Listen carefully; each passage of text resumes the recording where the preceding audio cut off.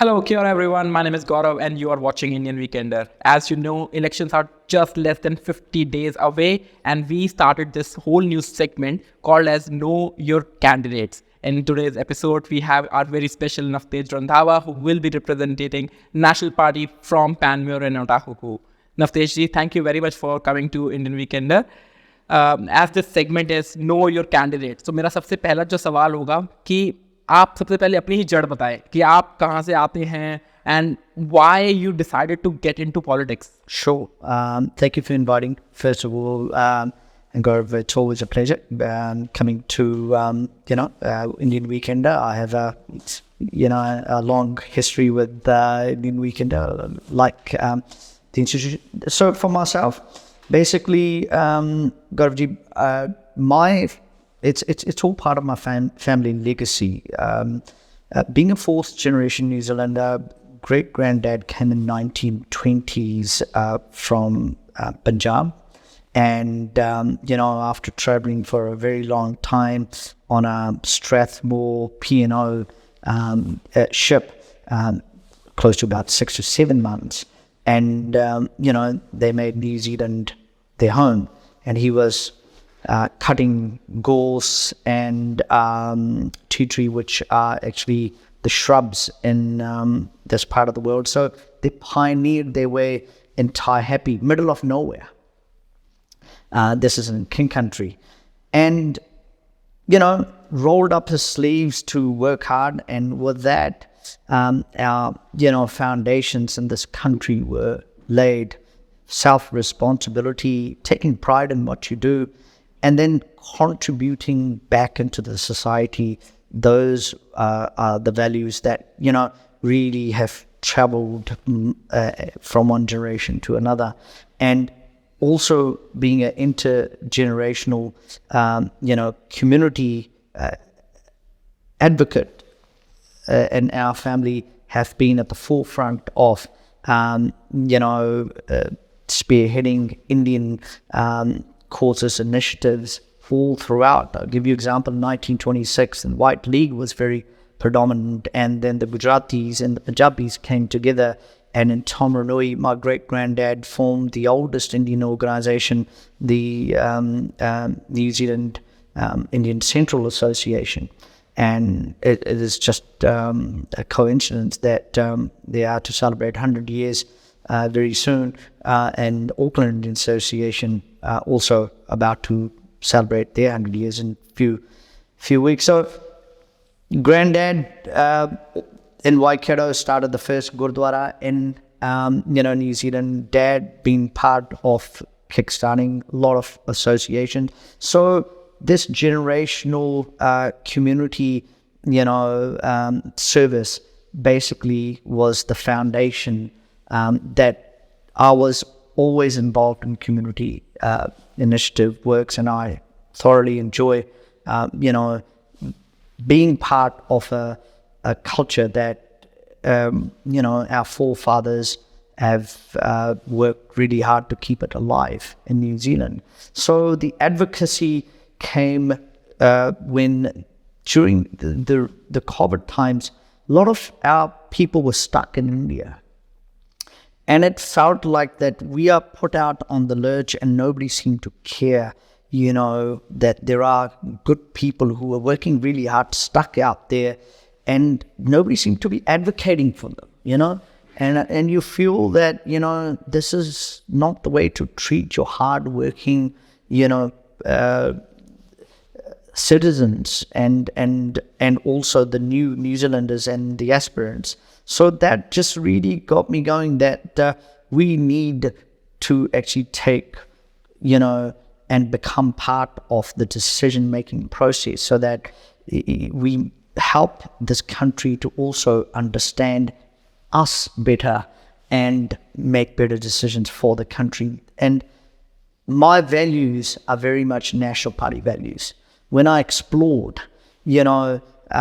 everything from your equal opportunity, competitive, working field here, and giving back to the community. That's all part of National Party values. And proudly New Zealander. So all of that, it seemed like it was like a jacket, that we were living those values for generation. It just seems like we just kind of caught up with it in a political way. And so I've never looked back from there. And been involved with the National Party, and the team within National Party have supported my journey now becoming a candidate for Panmrue-Otahuhu. And, I've lived in my electorate for the last 25 years before being brought up in Hamilton. But prior to that also, this is the other thing, Gaurav, we have a tradition in our family. I, along with my sister, we studied in India, Jalandhar, and Dhyanand Model School, and so Hindi and Punjabi, and of course English medium school. So I've studied that as well. So I feel, being a fourth generation, still you went back to India, yes, to study in Jalandhar, yes, and then came back. That's why your Punjabi is so fluent. That's why your Hindi is so fluent. Yeah. So my dad was sent back as well, because he was the eldest. And because we had quite a lot of land holdings, my dad's great-granddad went to California in 1905, and he actually brought back the dollars and bought a lot of land. And then he got his son, my great-granddad, educated, and then he moved to New Zealand. But our heritage and the anchor is still in the old country, India.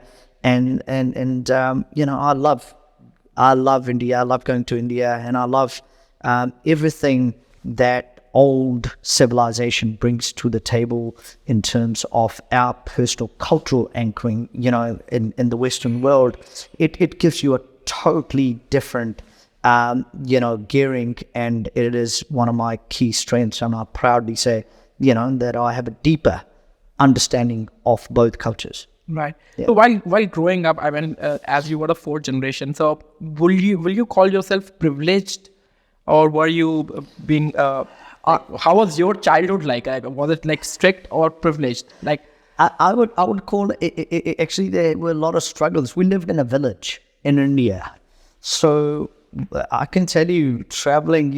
If you lived in India and you've cycled to your school in the summertime, my friend, it is very hot, and just me and my sister, and along with the other, and your shirt be absolutely drenched in sweat, and you're coming back.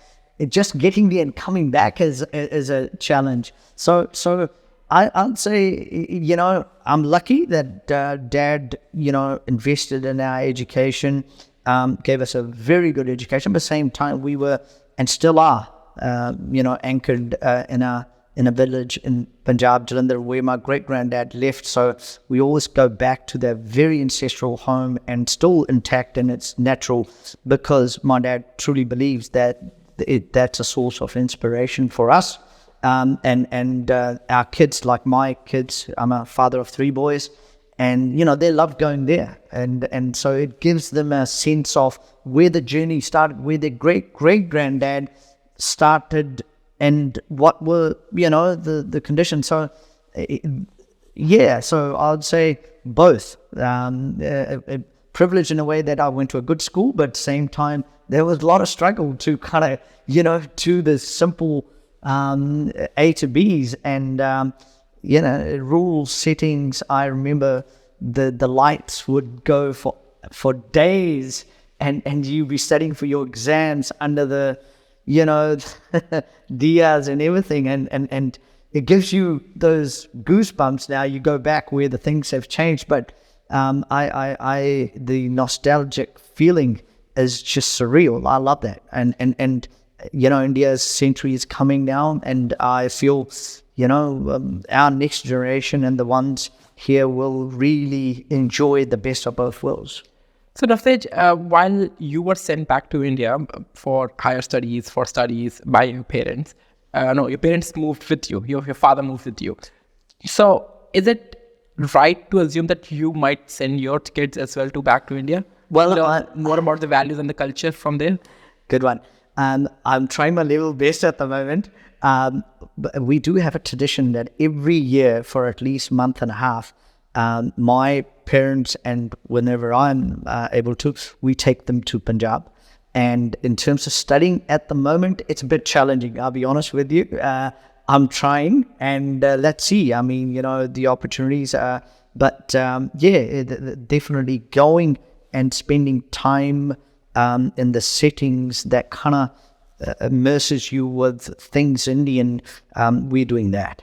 So here's the question, Navtej. Do you think the education system in India is a little different, and how different it is as compared to New Zealand, and it gives the children more analytical power to go out in the world and be constructive? Yep, it's changing in India, but you spot on that. The logical, thinker cap seemed to come when we got back here to New Zealand. That's when it, really back in Hamilton. So yes, they are different. They are quite different with the gearing in terms of one, you are expected to kind of know the answers, but why that is the actual answer. Why, and here the why is very important. So you become a critical thinker, and you see it with a perspective in New Zealand. So you are geared to become more creative through your study. That's the way you're taught.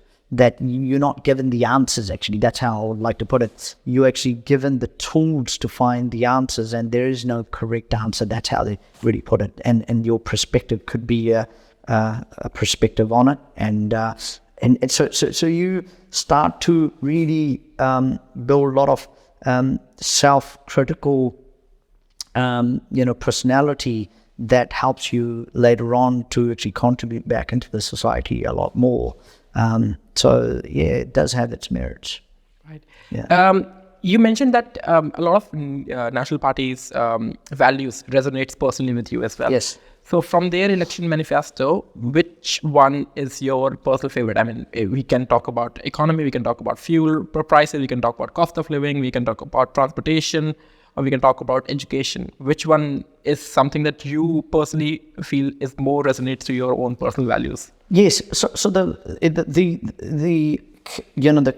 economy with the competitive, I guess prowess. It is one of our core values where we truly believe that you should be allowed to take risks, work hard, and reap the benefits of that and achieve.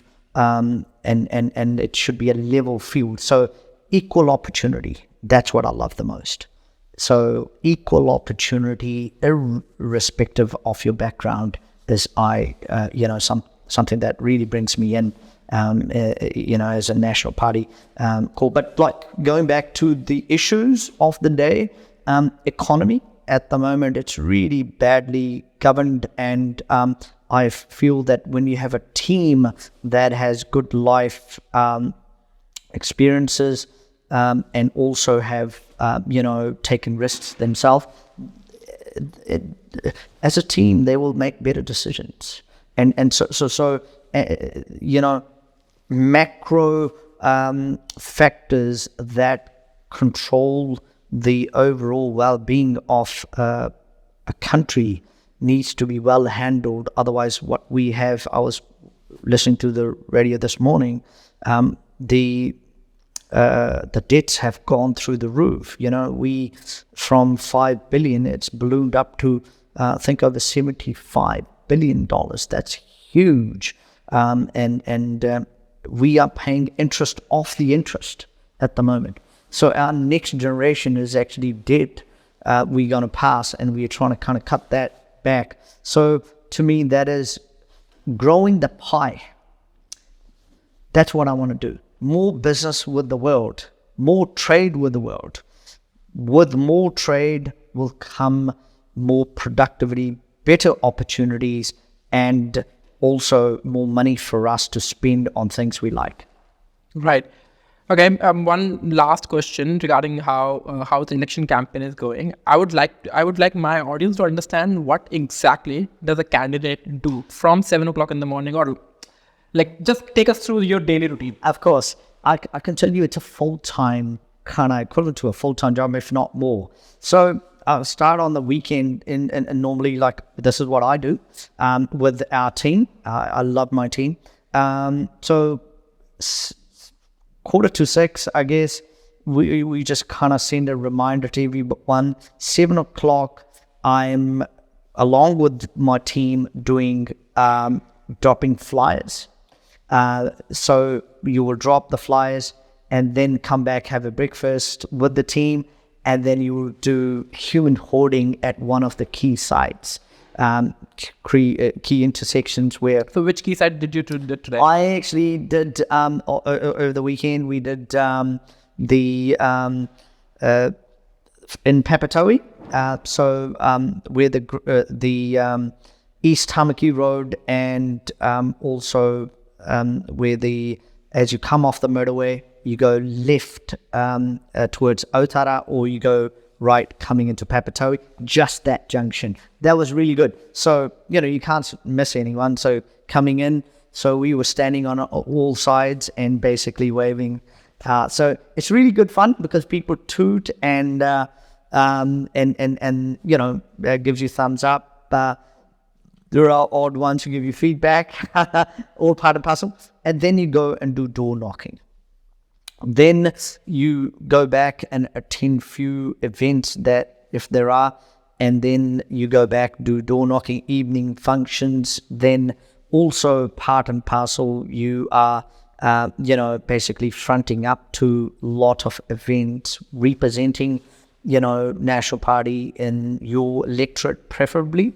And then also, making videos about what's happening in your electorate, why you are passionate about what's happening.